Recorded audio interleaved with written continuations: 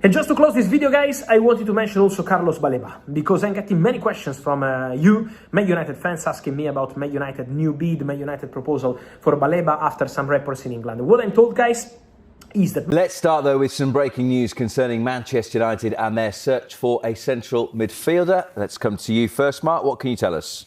Yeah, well, when you talk about Manchester United and transfers, it's always significant. There's always a lot of interest because it's one of the biggest clubs on the planet, and therefore the fans are desperate to know what they're going to do in January. A little bit of breaking news here on Sky Sports News with regards to what they're looking to do, not necessarily in January.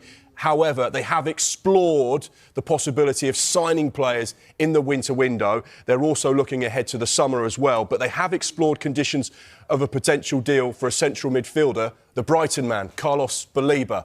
We know that they have an interest in the player. They have been linked with him in the past, and they have explored conditions of a deal in this window. Brighton's stance is, as it always is, Carlos Baleba is not for sale. He's someone that we rate very highly, and therefore we are not interested in selling him, particularly during January. He has a contract until 2028 with a year's option on Brighton Hove Albion's side, so he's got a long-term contract. So we know that any potential deal would be significant. Brighton don't want to lose what they deem a key player at 21 years old. We know what happened to the last central midfielder they had that was very highly rated. Moises Caicedo went for what was then a Premier League record, £115 million. Carlos Baleba very much in the same remit as far as they're concerned. They don't want to lose him. They see a huge future for him down on the south coast. But the fact that Manchester United are in the market potentially to sign a player in January is hugely significant, and he's not the only name on their list as well. Who else is? Well, United's priority is signing... The Manchester United boss, who would be your number one midfield target for this summer? Oh, that's a really good question. I think some good candidates there. And you can see the glaring need for Man United to go and strengthen that midfield area, especially with them going into the Champions League, European football, which they didn't have this year. So I think they've been able to get away with it a little bit with the lack of depth. So they're going to have to definitely address that position. And I think for me, the number one candidate would be Elliot Anderson. I really like the way he's played, the way he's come on over the last couple of years. Came on the scene with Newcastle, now made himself a regular in the England squad as well. So he's definitely ready for that, what I would call maybe next step. So whether it's Man United, Man City, I think it's going to be very difficult for Nottingham Forest to keep hold of him. I think it's been terrific, great energy, really good technical ability as well. So someone I think is ready for that next step. Yeah, God, there's definitely going to be a bit of a tug of war for him, isn't there? So we know that they want to bring this midfielder in this summer. Obviously, Casemiro will be leaving on a free. Inter Miami seem to be strong contenders to sign him. It almost feels like his form has improved since he said he was going. How big a loss will he be? Yeah, I think it'd be a huge loss. You know, it was only a couple of years ago people were almost begging and trying to urge him to leave the club, but he's definitely, you know, he's a world-class player. He's not achieved and won the trophies that he's done for no reason. I've heard Michael Carrick say as well how big of an influence he's been around the dressing room, as a leader, as one of the senior players. So I think that he's been super important for that team. Obviously ready for a different kind of challenge in his career and his family, and good luck to him. Whatever he decides to do, Inter Miami sounds like a really nice option, so don't blame him for that one. But he'll be a huge loss. And on the pitch, off the pitch, and it's obviously an area that Man United will have to address.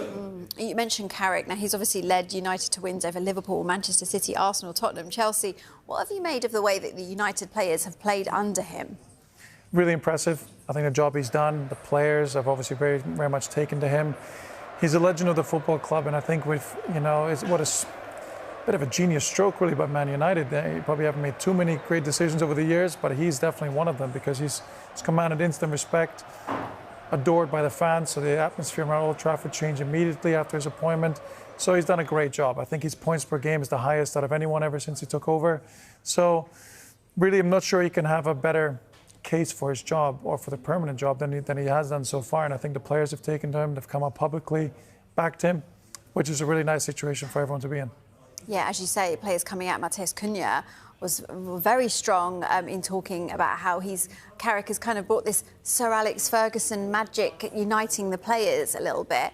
Yeah, how important is that he's being publicly backed by this current squad?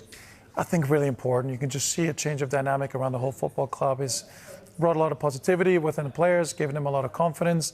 They're performing. He's made so many good decisions. I think in terms of his team selection, he's always been really, really spot on. I think his appointments and his coaching staff have been great. Steve Holland, who's won at Chelsea and other clubs in the system, been with England for a long time, experienced man, knows what he's doing. Jonathan Woodgate, who's been a player at the highest level. So he's made really, really good decisions all around. But of course, Man United are ready to take that next step again, and that's to compete for trophies regularly, play in the Champions League, and that's going to bring a different kind of pressure next season. Obviously, he took the job on this kind of short-term basis, which maybe doesn't have as much pressure, and perhaps could that have contributed to how well he's done? And if he was to be given the job more permanently, could things change? Things could change. It will definitely be a different kind of pressure. Permanent boss or just, the interim, as you say, is a different kind of pressure. And I think as well, expectations, good results are great, but they bring higher expectation. And the Manchester United fan base is always a fan base that wants the best. They have high expectations at all times. So the pressure is going to ramp up. And I think that's where his recruitment, because I think he'll get the job. I really do. I think they almost have to give it to him now. So he's going to have to recruit well, get ready-made players for the Premier League, and really be able to try and challenge on all four fronts next season. Yeah, well, speaking of next season, we know it's going to be Champions League. And other than midfield, which we've discussed, where else do you think that they should strengthen?